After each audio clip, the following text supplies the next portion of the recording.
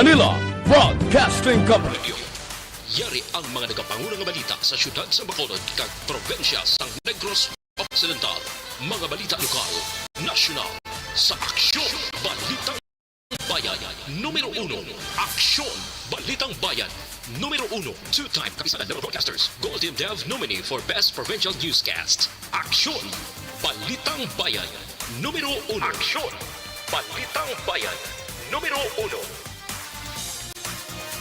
Kagkaroon ang inyo News Team.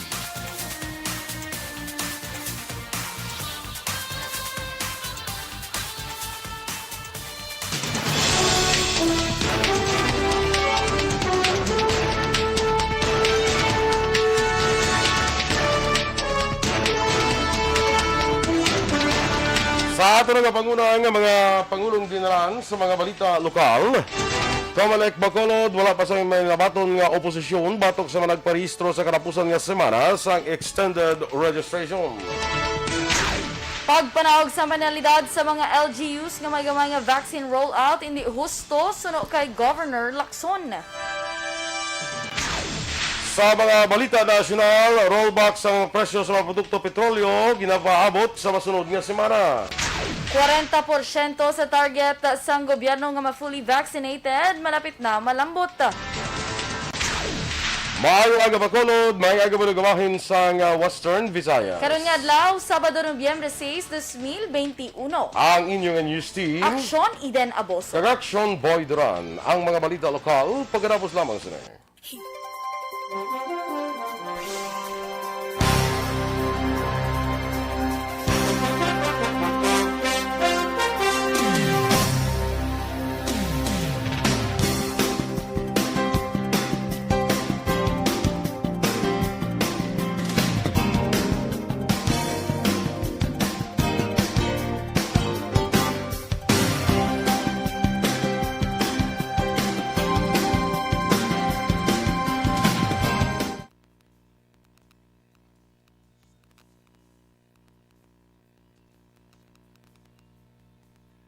Wala pa ako naka-on. Bago ko lang na-on. Ay, very good. May lang wala nyo problema. nabatian. Oh, happy Saturday mga ka-aksyon. Good morning, Action Eden. Good morning, Action Boy. Happy Saturday. Saturday. Ako matani ba Friday ba? Kagunahon na lang daan sang greet si Teacher Romela Ilustre Arevalo sa iyong Yes. birthday. Karon nga adlaw. Happy birthday, Teacher Romela Ilustre Arevalo. Yes. Happy birthday to you. Yes. Wow, super palakpak. Guro matsagan ko si Migo ta Cielo. Guro sa kusako ito mo ngayon. Sa ako ni subong sa palaga sa iya sini nga mga pato. Ano sa mga pato? Oo, amo na gani hambal ni Teacher Romela nga mabakal sa pick up kay para kung diin siya i-assign dalon niya mga pato ya kag manok para hindi ayawan si Teacher Romela kapamubod. Kuno mo daw pato gali. Yes. So kinahanglan magdalagi taglitab. Oo, damo kita yung dalon. Para kantahin natin si Sharon mamaya. Balutin mo ako sa iyo sa plastic na container. Kalain. May classmate ko to kahapon. Nag-meeting ako kahapon sa classmate ko. Sino niya makadto ka magali kay Romela. O kilala mo, batian niya sa listener naman. Yes, yes. May ko, niya hapitan niyo para matudluan ta kamo kung diin iya. Sino na? Si classmate ko Virgil Gaspi Bla Coloso. Yes. Mother ni Kwan, teacher Mother naman. ni Teacher Kashmir. Yes, so okay, darapan sila mo. Adan Yes. sila nga area man. Okay. Yes, sila pitan niyo ko para updan ta kamo. So, kita gali mang invite. Kita. Hindi pa rin isang birthday sing na-blues ni pare Ruben Tampos. Gani nga kamuto yung bisita. Di kaya ang head sa invitation committee si Felix Campaniel. Ay, amo. Tapos, pati, ang rason nyo lang to yung birthday. Gusto niya magkilit anay-tanan. Na? Siya ang head sa invitation committee. Yes. Bongga, no? Sige lang, at least nakapaliwaliwa. Yes, correct. So, ano yung tabo sa atin? Before you go. Erlinda Heroy Imalay. Good morning sa imo, Ma'am Elizabeth Malaka Gamala. Ang ako niya, kundi mo inisang kuwan haw. Ako ganyan, stock up man. Sir Melily Oligos, ang Bonnie's Cafe, dira sa may Barangay Tanghub. Good morning. Kung nga muna na wala isang comments. Ay, ipasaka. Ara na. Yes. Ano na nagali, ha? Balaya. Ma'am Jinky Dialagdon, happy weekend ko no kay Mr. B-Boy Villasor, Ma'am Vanessa Mayo, and Doc Matthew Mayo, good morning. Kay Sir Noel Amar of Canada, kay Melily Oligo Lily King, Raymar Swatu Imperial of Lancaster, sa California, Alma Olegon and Sarella Samar Aguilon, salamat gid. Of course, sa akon Maninoy Juan Bolgalyo, kag kay Maninay Alma, dira sa may Las Vegas. Good morning. Sige. Standby na sa aton nga mga balita lokal.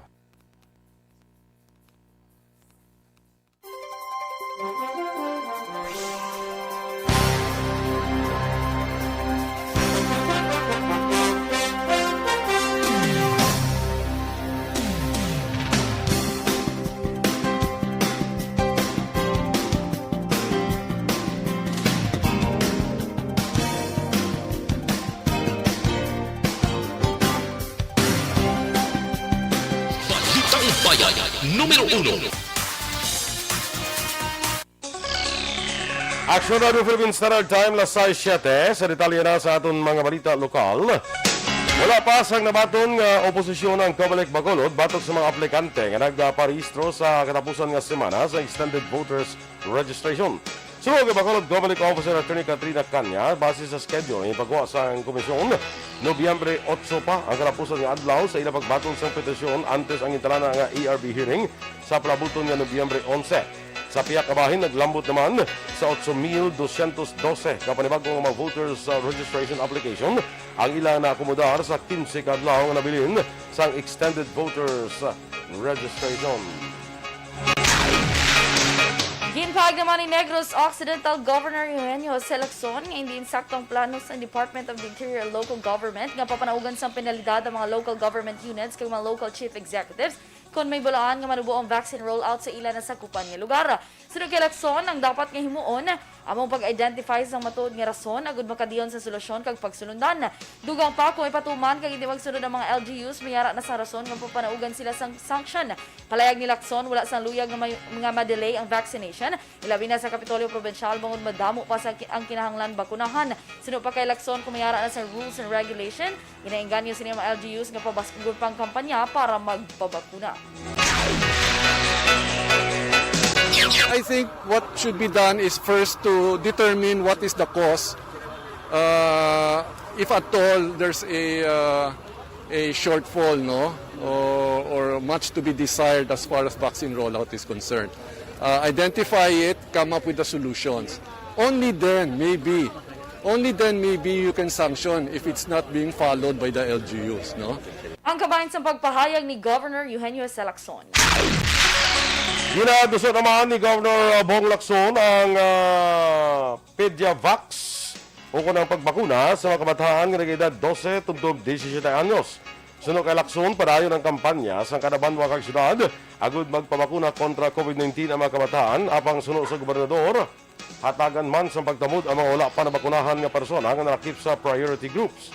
Dugang pa sa mga lugar nga madamo pa kung madamo na ang nabakunahan, mahimo na mag-umpisa sa pagbakuna sa mga kabataan. Sa iban pa nga balita lokal, na record naman sa Western Visayas ang 165 kabago nga kaso sa COVID-19 nga nagdala sa kabilugan nga 143,523. Sa bago nga kaso ang Negros Occidental may 70, 42 naman sa syudad sang Bacolod, 20 sa Iloilo Province, 13 sa Capiz, 11 sa Iloilo City, 8 sa Antique kag isa naman sa Guimaras.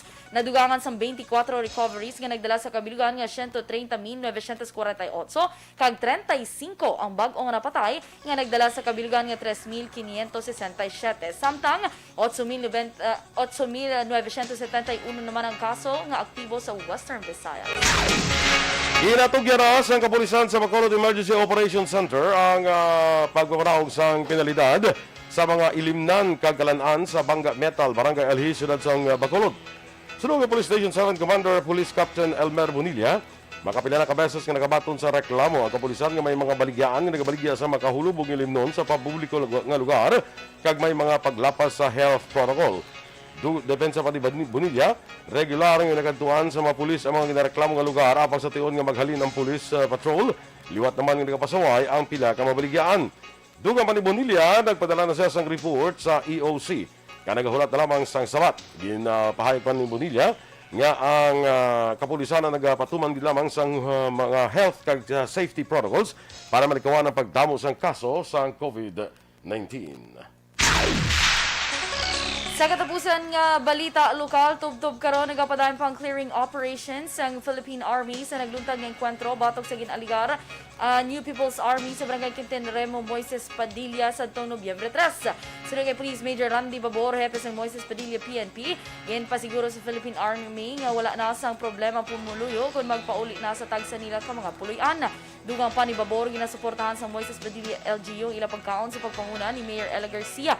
May iban nga pamilya nga nagdala kung nadala ang ila sining kasapatan, apang may iba naman nga nabilin sa lawigan kag puloy-an nga karon wala pa mapulian.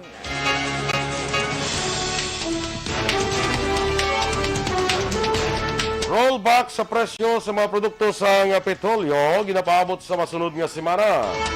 Samtang 40% nga target sa gobyerno nga ma-fully vaccinated na ang Pinoy, malapit na nga malambot. Ang detalye sa mga balita national sa magbalik sang Aksyon, Balitang Bayan, Numero 1.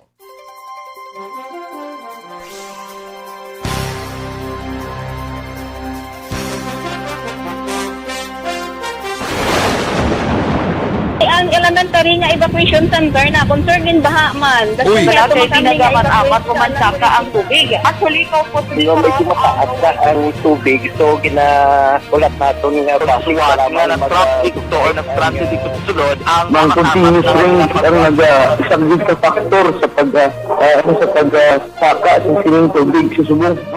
Hunyo 4, 2021, sang formal na ginanunsyo sa pag-asa ang panahon sa tig-ululan o rainy season sa Pilipinas.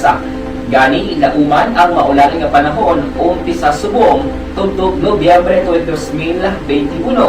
Ang Pilipinas sa mayar sang early warning system para mahibaluan ang lakat sang panahon. Gani, wala sang rason nga hindi kita makapreparar karon nga rainy season. Yari ang ila ka mga action tips nga dapat mo may baluan karon nga panahon sang tig-ululan. Kung nagapuyo sa lugar nga masami ginabaha, mag-monitor sa balita para sa anunsyo sang pag-asa sa lakat sang panahon. Isa sa pinakapos nga pamaagi para malikawan nga magsulod ang baha sa balay, among paggamit sang sandbag. Ang sandbag ang isa ka sako nga may unod nga balas nga pwede ibutang sa pertahan o kung ginaakyan sang tubig para temporaryo nga makontrol ang pagsulod sang tubig sa inyong nga balay. Antes naman ng rainy season, dapat nakapreparar ka na sa pagkaon, flashlight, pito, kandila, hygiene kit, power bank, transistor radio, importante nga mga dokumento, kag iban pa nga kinahanglanon. Ini ang dapat isulod sa go bag nga dapat ibutang sa isa ka lugar nga mapos kuhaon sa tion nga kinahanglan nga mag-evacuate. Sa tion sa pagbaha, dapat butangan sang tape ang saksakan sa mga outlet kag ibutang sa mataas nga mga lugar ang appliances. Kunyara sa evacuation center, dapat man nga ipatuman ang minimum health protocol, face mask, face shield kag social distancing batok sa COVID-19. Sa panahon sa tig-ululan, dapat man proteksyonan ang ikaayong lawas batok sa tila ka mga masakit, kang isang dengue, leptospirosis, cholera, typhoid fever, hepatitis A, influenza, kag iban pa. Nagpanugyan man ang DOH kay pabili ng proper hygiene kay pag-inom sang limpyo nga tubig. Lutuon sang gusto ang pagkaon para malikawan ang contamination. Maghugas sang kamot antes kag pagkatapos ang kaon kag matapos nga mag-usar sang banyo. Likawan man ang paglangoy o kon pagtubog sa baha. Kini sa Action Dale Salazar para sa Action Tips nga nagapahanong nga maghalong sa tanan nga tion.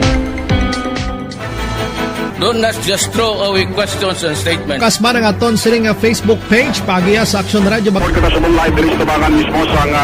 Ladies and gentlemen, this is Aksyon Radio Bacolod. Aksyon Radio Bacolod, number 1. Nagpanguna ang Aksyon Radio Bacolod sa pinakaulihing survey sang Nielsen nga kakuha sang commanding radio station share para sa fourth quarter sang tuig 2020. Kami nagapasalamat sa aton mga kaaksyon sa padayon nga pagsalig kag pagsuporta. DYEZ Aksyon Radio Bacolod, number 1 with 40.10% radio station share.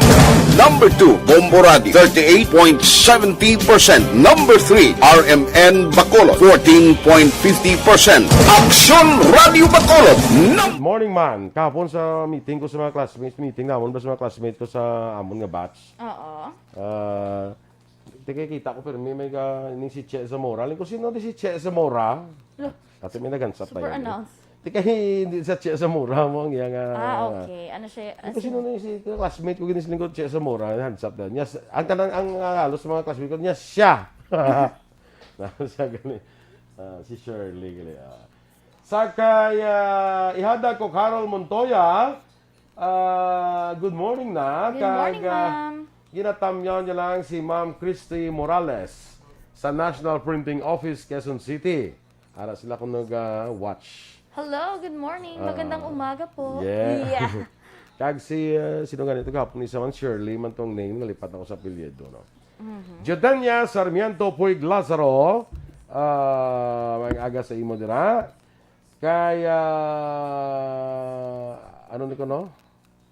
Star Mayo si Ma'am Van Fall Color Tandem. Amo ning colors ang fallout. Kay fall to subong sila mo no? Oo. Puno mo. Green kag. Okay. Correct. Correct. Daw ako abi ang puno, Ang ikaw fresh. gamot. Ha? Ikaw ang gamot. Oo. Bugat ba? Bug- Bugat ba? Erla Vega, kag kay Noy Erwin Dicatoria Gonzales. Kay Chivitan, kay oy birthday gilis ang bata ni Erlinda. Si Jerlyn. Ang ngalan? Nahimay mo naman sa Sige, pangalan. sa ako, wala ngalan, no? Sa kaya rasa sa pinakadalo mo. Okay. Last birthday mo na kay Kaslon ka na sa December. Ha? Wow. Happy birthday, son. Last birthday mo na kay Kalaslon ka na sa Hindi December. last birthday na as Single. single. Nakulbaan ko Hindi kay mo ma'am. siningal last birthday mo. Nakulbaan man ko kay ma'am. Erlinda. Oo. Happy birthday sa bata ni Ma'am Erlinda nga si Jerlyn. Kag ginapag-greet man ni lang tingbutan na lang. Ni Teacher Romela, happy birthday man kuno sa iya mga classmate nga si Ma'am Freda Rose Diana kag Maria Emeline Oreta. Happy Mega Cristina Makilan. Damo ba? Happy birthday to you. Para na to sila apat. Si Christina Makilan, alain ko rin kilala ko si Tina, garo da sa kwan. Kapangpang mo na mo. Kada mo si kilala. Kapangpang na oh. Gary Lake Lisa, oy, good morning sa imo, Sir Gar. Gary, musta da may mga racket na sir? Way pa. Si amigo to da George, musta ka da? George Lisa. Yes. Patamyaw ni Maninay One Ball, si kumpare niya kuno, Noel Poha, kag Lelin Leyes Poha. And yes. safe travels kuno sa your brother, si kay Sir Romel Gallo. Yes, gindulong yan ang sa airport ay. Yes. Bobby Rofano Galve. Kag kay Kagawad Ems Aboso. Good morning, Kagawad. Sige. Ana Sinoro, kag Phil Alunsagay. Good morning. Ari na ta. Ate diri na muna ning imo nga kuno, ari ang ginabasa mo, daknas dalom eh. Lito Dayap, kag kay Bia Jonathan. Good morning, kumpare. Masito Fago, Alberto Nulias the third. From Brazil with love. Brazil. Tano Gisok. Happy birthday man kay Teacher Romela halin kay Kagawad. Ems Aboso. Last birthday yan nga single, 30 years old. Oo, ma'am na. No man, mama. Ginatag talang bala. Doon nakibot mong kumaba. Last birthday. Joke lang, ma'am. Na-excite lang si ma'am sa pag-type. Si Philip Isulat sa Buen Retiro sa Talisay. Good morning, man. Good morning. Thanks. Si Migota Ruben Tampos. Maninoy, good Maninoy morning. mo. Good morning. Kasi dugay-dugay ko na niya ng... sige lang Maabot lang na. Nya, pag napirmahan to pare... Piyo na. Dito na ito mga pangutangan. Piyo na. Hindi ko pasirat ang GNG. Mungga.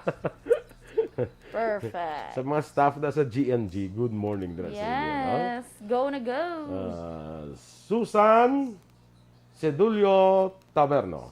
Good morning, man. Good morning kuno mga naming broadcasters. Take care and be safe always. May man niya si Susan. Good no? AM, Day. Please text me or PM me. Super basag dyan. If makadayon ka mo ni Action Boy, ni Miss Dorel, kag sinoda ang maupo. Dala mo gid Char Romela, updol ko ang bilong nga barangay na mo. Ayaw, kag ipakaon. Kag kon mga what time ka mo available. Yes, bongga. Basta si Action Eden, ma-off ni siya 1 o'clock. Yes, oo. Hindi ka pwede ka early out. Ha? Early out. Ma-award tayo.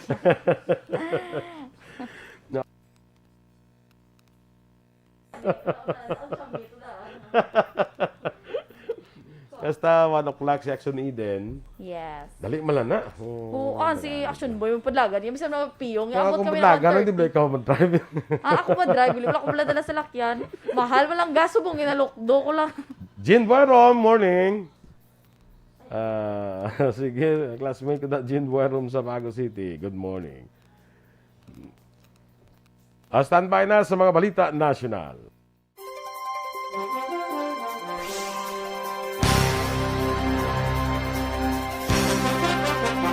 Balitang Bayan, numero 1. Aksyon Radio Philippines Standard Time, last 6:23. So, isa aton galing nga mga ka-aksyon, ha? Ang aton sining mga joint pains pala, palang alay sang kamot, rayuma ako na try.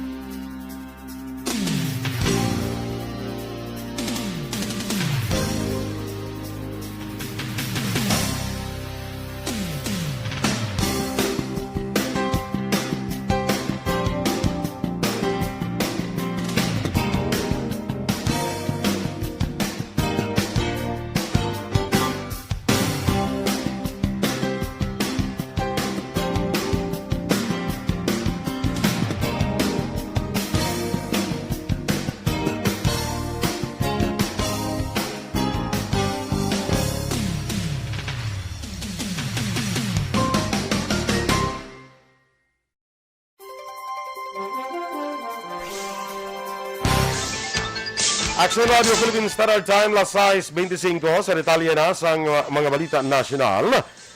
Ginalauma naman ang rollback sa masunod na semana sa produkto sa petrolyo. Ini pagkaligad sa napulo kasunod-sunod nga semana ang oil price hike. Sa unang 4 kadlaw sa trading, nagdumo sang 63 tubtub 68 sentimos ang kada litro sang gasolina, nagdumo man sang 40 tubtub 45 sentimos ang presyo sa kada litro sang diesel, kag 40 tubtub 44 sentimos sa kada litro sang kerosene. Duha ka sunod-sunod nga semana nga may rollback sa diesel kag kerosene, samtang una ini para sa gasolina. Ginpahayag naman ni LTOP President Rolando Marquez nga kinahanglan padasigo na ang fuel subsidy. Ginanunsyo naman ni Presidential Spokesman Harry Roque nga malapit na makompleto ang 40% sa target population nga ma-fully vaccinated kontra COVID-19. Sunod kay Roque, 28,718,856 o kung 37.23% na sa target population ang fully vaccinated kontra COVID-19. Sa itong Webes, nalabot man sa gobyernong target nga makabakuna sa 1 milyon sa kada adlaw. Kag subong Nobyembre sa diin, 1,119,389 ang nabakunahan. Kung magtayo yun ang kadamuon sang nagakabakunahan sa kada adlaw, ginalantaw sa gobyerno malambot sa Pilipinas ang population protection sa bulan sang Disyembre. Nagbuha naman sa Social Weather Station Survey nga mas maramo nga adult Filipinos ang handa nga magpabakuna batok sa COVID-19. Sa face-to-face interview halin sa September 27, 2030, sa 1,500 ka adult Filipinos sa bilog nga pungsod, 64% ang gusto magpabakuna, 9 ka puntos nga mataas sa 55% nga na-record sa bulan sa Hunyo. Sa gusto magpabakuna, 25% ang nakakumpleto na sa 2 ka doses ng bakuna, 10% sa first dose, 23% ang nagpasiguro nga magpabakuna, kag 6% ang mahimo nga magpabakuna. Samtang 19% ang hindi pasigurado nga magpabakuna, kag 18% ang hindi gid magpabakuna. Suportado naman sa Department of Health ang ginaduso nga mandatory vaccination kontra COVID-19 sa pila ka ginakonsiderar at-risk sectors. Pangin pahayag ang kinahanglan may mapasar nga layi agud mangin istrikto nga requirement. Sunog kay Health Undersecretary Maria Rosario Vergere, last resort ini sang gobyerno sa tuyo nga malabot ang population protection. Ginhimo ni Vergere ang pahayag bilang sabat sa ginaduso ni Vaccine Czar Secretary Carlito Galvez Jr. nga himuon mandatory ang COVID-19 vaccination. Ginpahayag naman ni Health Undersecretary Maria Rosario Vergere nga hindi pa makonsiderar nga complete reverse ng na-eksperyensyahan subong sa Pilipinas sa impacts nga nadulot sang Delta variant sa piyak nga nagdubo ng kaso sa COVID-19 sa pungsod. Sunod kay Vergere, may pila pa ka lugar sa pungsod ang nag-eksperyensya sa pagsaka sa kaso subong man sa mga ginabaton nga mga pasyente sa nagalain-lain nga ospital.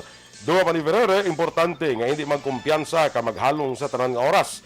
Ginpahayag man ni Vergere nga yara na sa manageable level ang liwat na pagsaka sa kaso sang virus dala sang Delta variant kag hindi naman overwhelmed ang healthcare system. Nagpaandam naman sa publiko ang Food and Drug Administration batok sa pagbakal sa hindi irehistrado nga mga food supplements. Base sa advisory na petsahan Oktubre 28, yan pahig sa ahensya nga mga food supplements nga wala na rehistro kag wala sang gin-issue nga Certificate of Product Registration among Kirkland Sustainable Sourced Fish Oil 1,000 mg dietary supplement, Ming's Spirulina Soft Capsule Food Supplement, Ming's Vitamin E Soft Capsule Food Supplement, Ming's Qualine Soft Capsule Food Supplement, kag Ming's Royal Jelly Soft Capsule Supplement. Sunod sa FDA tungod hindi rehistrado, hindi man masiguro ang kalidad kag ka-epektibo sang nasambit nga food supplement. Inyong ginamatian ang aton mga balita diri sa Aksyon, Balitang Bayan Numero 1.